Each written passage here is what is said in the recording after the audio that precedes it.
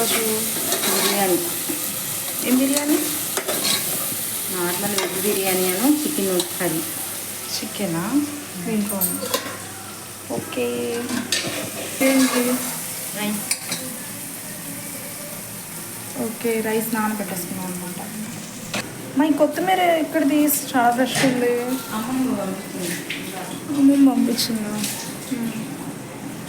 ఇంకా పుదీనా కూడా.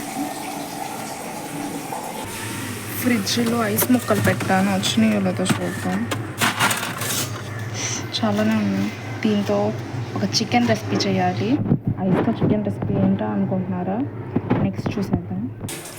ఏంటి మీరు చెప్పకుండా వాటర్ పోసేస్తున్నాం? ఎంత వాటరు? 3 కప్స్. ఓకే.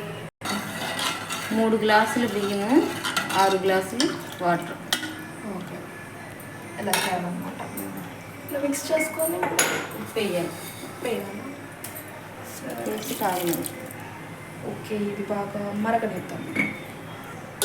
ఇలా మూత పెట్టుకోవాలి. ఇలా ఇప్పుడు ఏం చేయబోతున్నాం? అల్లం వెల్లుల్లి పేస్ట్ వేసి